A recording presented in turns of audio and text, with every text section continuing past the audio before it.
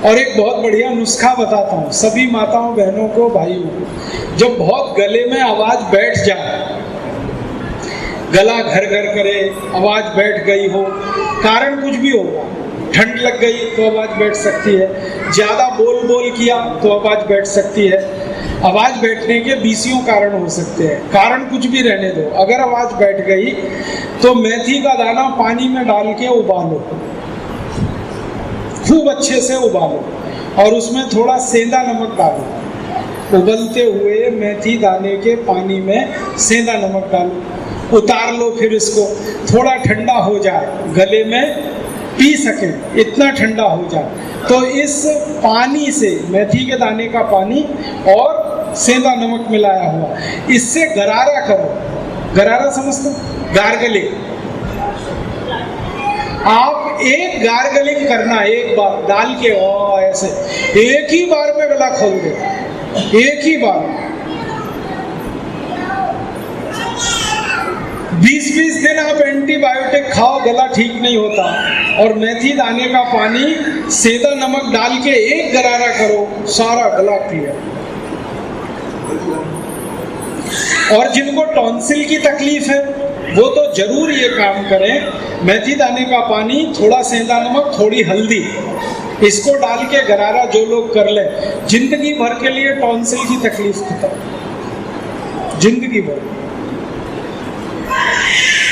अद्भुत है ये मेथी का दाना। छोटी छोटी कुछ बातें आप भी अपने जीवन में करो। ये एलोपैथी में से निकले हुए जो भी बाई प्रोडक्ट्स हैं ना, इनको जीवन में इस्तेमाल मत करो। जैसे टूथपेस्ट, ये तो भारत का नहीं है ना, ये तो एलोपैथी का है। और यूरोप वाले टूथपेस्ट इसलिए घिसते हैं कि मसूड़े बहुत उनके हार्ड हैं, कड़क हैं, क्योंकि बर्फ़ के नज़दीक रहते हैं। मसूड़े कड़क हैं तो ब्रश जो है ना प्लास्टिक का भी चलेगा, उसको घिसें तो ज़्यादा तकलीफ नहीं आएगी। और दूसरा, उनके पास दांत साफ करने के लिए कुछ है ही नहीं, करें क्या? वो बेचारे परेशान हैं, नीम का दातुन मिले, यूरोप में नीम होता ही नहीं है। वो परेशान है बबूल का दातुन मिले, बबूल होता ही नहीं है।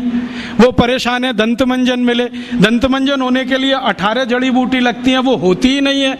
तो ले दे के उनके पास एक ही चीज़ है, वो है सोडियम लॉरेल सल्फेट, माने डिटर्जेंट पाउडर, माने शैम्पू। उसी को घिसते हैं दांत में, बनाते हैं झाग और थूकते हैं वॉश बेसिन।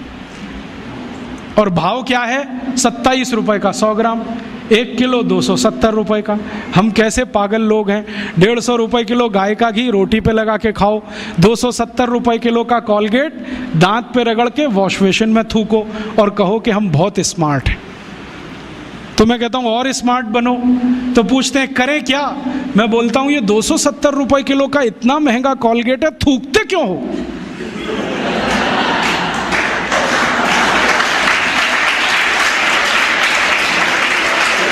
इसी कॉलगेट को रोटी पे लगा लगा के खाओ। और वो कहते भी हैं कि इसमें कैल्शियम है, इसमें मिनरल्स हैं, तो खाओगे तभी तो काम आएगा। और खा नहीं सकते तो इंजेक्शन ले लो कॉलगेट के, नहीं तो एनीमा तो ले ही लो, नहीं तो काम कैसे आएगा वो कॉलगेट। इस मूर्खता में मत फंसो। ये कॉलगेट, क्लोजअप, पेप्सोडेंट, सिबाका, फॉरेंस यूरोप की मजबूरी है, उनके यहाँ कुछ नहीं है। हमारे यहाँ पता है क्या है? आयुर्वेद में दांत साफ करने के लिए 12 जड़ी बूटियाँ, 12 तरह के वृक्ष की डंडी, नीम की दातुन, चैत्र के महीने में, सुनो जरा इसको गंभीरता से, हर महीने में अलग दातुन, नीम की दातुन चैत्र के महीने में, बैसाख में बबूल की दातुन, आषाढ़ में आम की दातुन, और मैंने देखा हर महीने में विशेष दातुन। और इतना माइक्रो स्टडी किया गया हजारों साल कि चैत्र के महीने में शरीर की प्रकृति ऐसी रहती है तो नीम ही है जो बैलेंस कर सकता है, तो नीम की दातुन। बैसाख के महीने में ऐसी प्रकृति है तो बबूल बैलेंस करता है, तो बबूल का दातुन। आषाढ़ में ऐसा है तो आम बैलेंस करता है, ये बैलेंस कर। तो इतने बड़े साइंस को छोड़कर आप फंस गए वो कॉलगेट में। ख़त्म करो ये कॉलगेट। हम तो मजबूर नहीं है, गांव गांव में नीम मिलता है, बबूल मिलता है, तो नीम बबूल का दातुन करो, नहीं मिलता तो दंत मंजन करो। मेरे एक गुरु हैं जिनका नाम है श्री धर्मपाल, बहुत बड़े इतिहासकार हैं, वो बार बार मुझे ये कहते हैं कि देखो, जिस देश में गुलामी आ जाती है, जिस समाज में गुलामी आ जाती है, उस समाज का सब कुछ चला जाता है, उनका ज्ञान चला जाता है, उनकी परंपराएं चली जाती हैं, मान्यताएं चली जाती हैं, व्यवस्थाएं टूट जाती हैं, सब कुछ चला जाता है। तो शायद 1200 साल की गुलामी ने ज्ञान में कुछ कमी लाई हो, और ये हम सोचना भूल गए हों कि दुश्मन को अधूरा मत छोड़ो। इसी कारण से हम परास्त हुए, बाकी कोई दूसरा कारण नहीं था। ईस्ट इंडिया कंपनी से भारत के राजाओं के जो संघर्ष है ना, उसमें भी यही कहानी दिखाई देती है। 1825 में दक्षिण भारत में एक बड़ी रानी है जिसका नाम है कित्तूर चेन्नम्मा।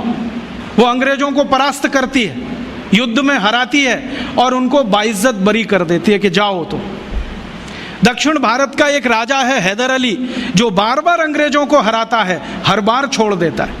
उसी का बेटा है टीपू सुल्तान, बार बार हराता है, छोड़ देता है, लेकिन एक बार टीपू सुल्तान हार जाता है तो अंग्रेज उसका मर्डर कर देते हैं, छोड़ते नहीं। तो हम अपने ज्ञान से कहीं वंचित हुए होंगे। दुश्मन को छोड़ना जो हमने सीख लिया, शायद वो हमारी पराजय का बड़ा कारण था। और उस पराजय में हमारे यहाँ सब कुछ चला गया, ज्ञान चला गया, तो जड़ी बूटियाँ भी चली गई होंगी, हमारी शिक्षा भी गई होगी, व्यवस्थाएं भी गई होंगी। और फिर जो आधुनिक समय है पिछले 300 साल का, इसमें हम कितने पिछड़ गए अपने इस ज्ञान से,